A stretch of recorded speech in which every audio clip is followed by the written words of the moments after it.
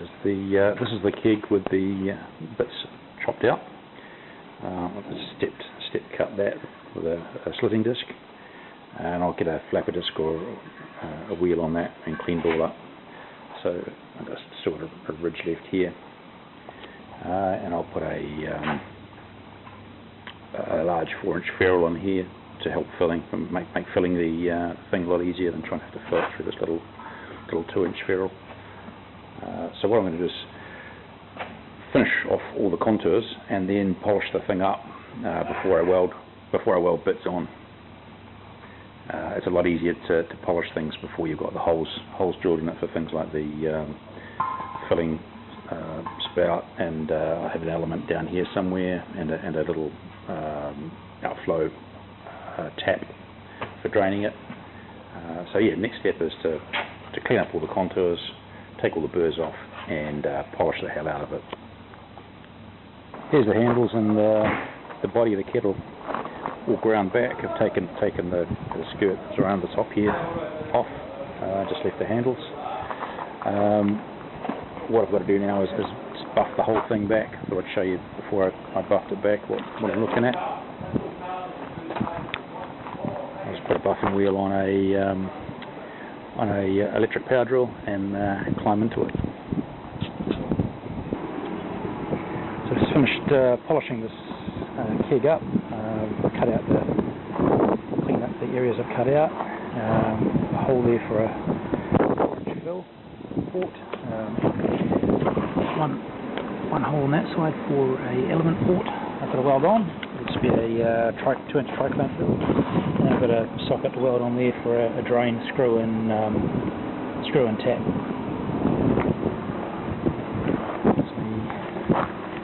That's the tools I've been using.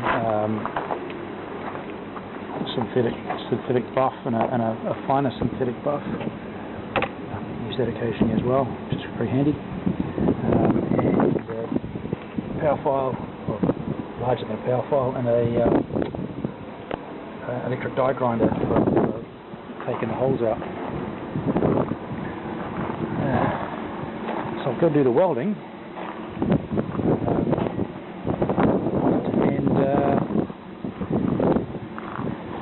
Out and clean up the welding afterwards, and that's close to done then. Yeah, I've got the ferrules on there. I've just passivated that with some pickling gel I showed you in one of the other videos. It's hydrofluoric acid, and that's just taking all the welding discoloration. Leave it on there for about half an hour and hose it all off and give it a brush, and it'll come up bright stainless steel again. So I've got the 4-inch ferrule on there to make it easy to fill the thing. That's the original ferrule that's already welded on there with came with the keg.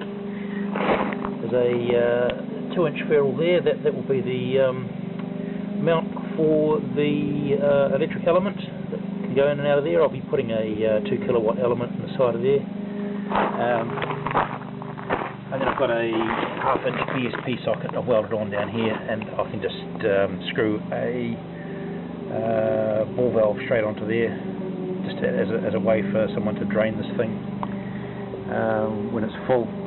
50 litres is a fair bit of hot material to slop around, so all that sort of stuff helps when you're working with it.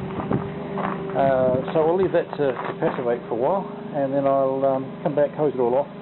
And what I've been thinking about doing is throwing some legs on it, like my larger hot water cylinder conversion I did, so that I'll be selling this one with the 2-inch copper steel fittings, column and condenser and such that I made a while ago to put money into my other stills that I'm building. And if I put a few stubby legs on this guy, he could be run with a banjo style gas hob underneath there on propane, or with the electric element, so it'd be sort of dual fuel potential.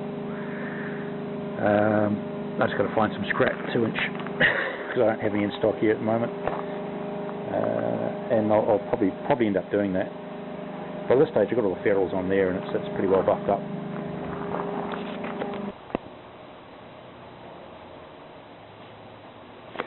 And here's my Keggle finished up. I've passivated all the welds and stuff. You have a look in there. All nice and bright stainless. I've got the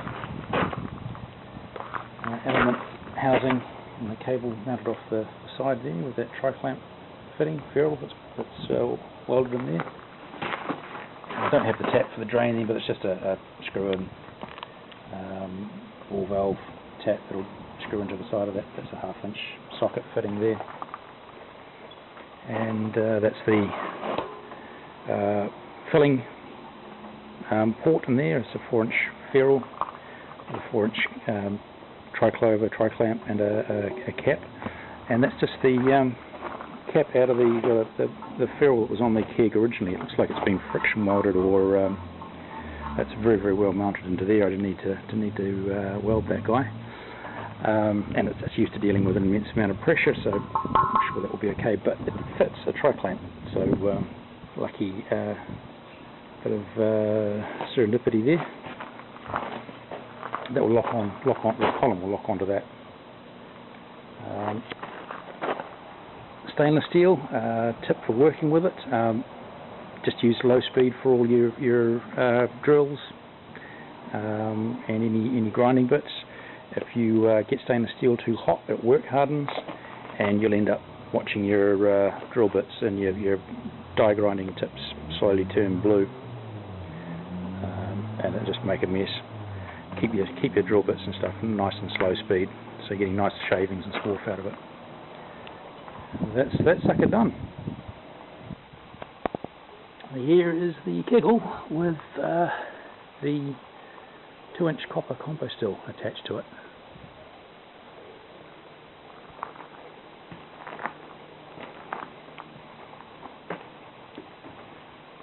Just pulled the combo still apart and gave it all a nice buff with some brass and copper cleaner.